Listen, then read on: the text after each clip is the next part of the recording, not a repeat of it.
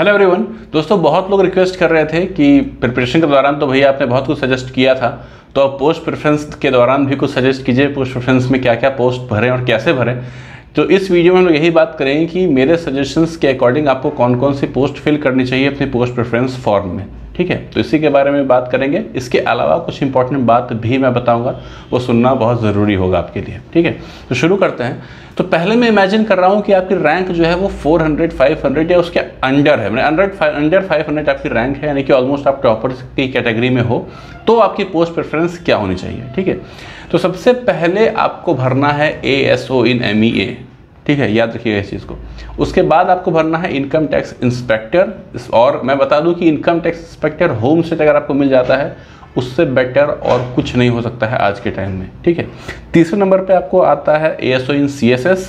ठीक है, ASO इन CSS का नाम सबको जानता है और इस बार काफ़ी अच्छी वैकेंसीज भी हैं उसमें, ASO इन CSS। चौथे नंबर पे आप excise inspector, preventive officer, examiner. Depend करता है कि आप इन तीनों में से कोई एक पोस्ट भरिए, डिपेंड करता है कि आप कहाँ आपका घर है।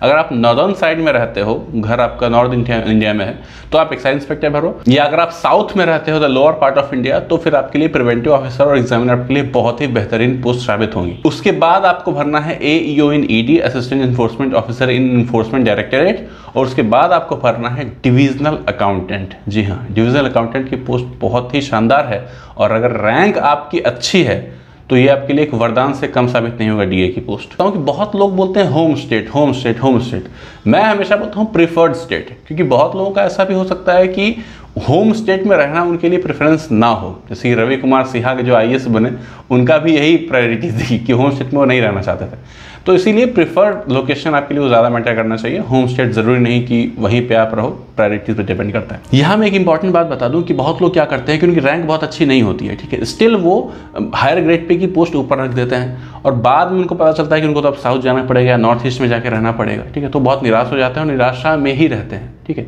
उनको बाद में फिर सोचते हैं कि CGL दें और एक अच्छे लोकेशन पे पहुंचे। ठीक है, तो एक बात मैं आपको बता दूं दोस्तों कि अगर आप ये सोच रहे हैं कि आपको फिर से CGL देना है, अगर आप प्रिपरेशन में भी हैं, और ऐसा अक्सर होता है कि 2 साल का CGL तो मैक्सिमम लोग देते ही हैं।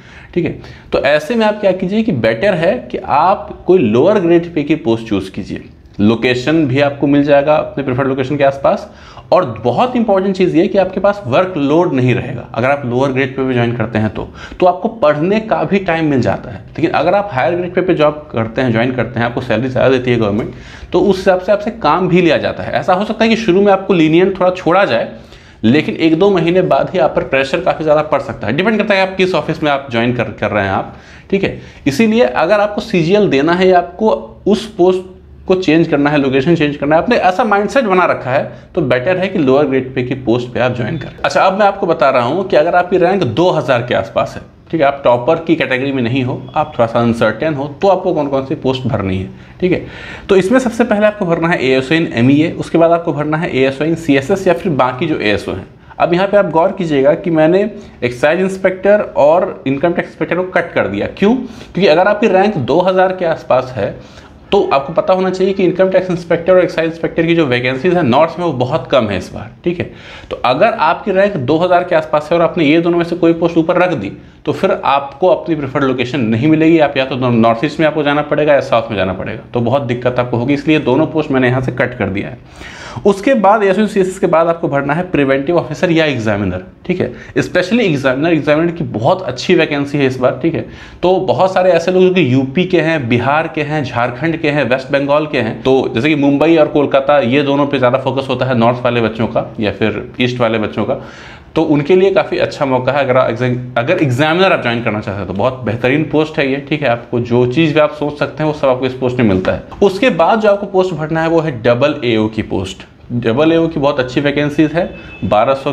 प्लस है, और उसके बाद आपको AEO इन ED की पोस्ट भरनी है। यहाँ आप गौर कीजिएगा कि जब टॉप 500 में आपकी रैंक थी तो आपको ये देखने की जरूरत नहीं थी कि स्टेट वाइज वैकेंसी कितनी है। अब आप गौर कर रहे होंगे कि 2000 वाली रैंक वाली पोस्ट मैं बता रहा हूँ तो मैं वैकेंसीज का जिक्र यहाँ पे कर रहा हूँ, तो यहाँ पे एक फैक्टर ऐड हो गया।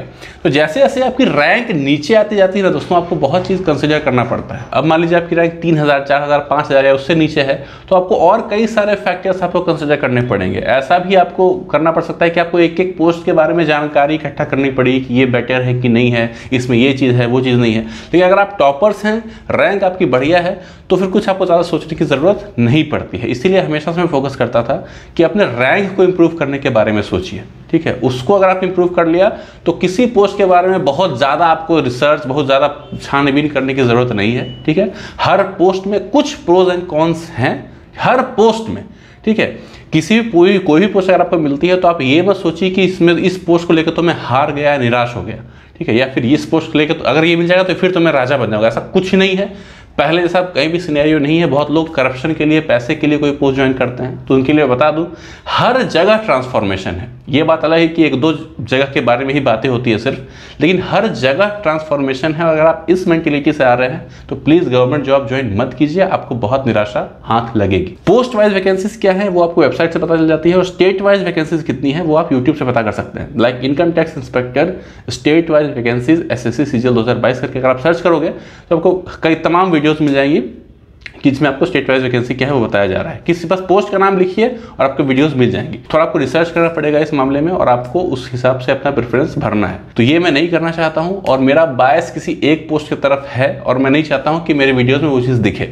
आपको जो पोस्ट अच्छी लगती है आप वो ज्वाइन करें, सारी पोस्ट बहुत अच्छी है और I don't want to influence your mind in terms of your priorities. तो फिलहाल इस वीडियो में इतना ही। अब मेरा पूरा फोकस जो है वो SSC CGL 2023 एस्पायरेंट्स के ऊपर है।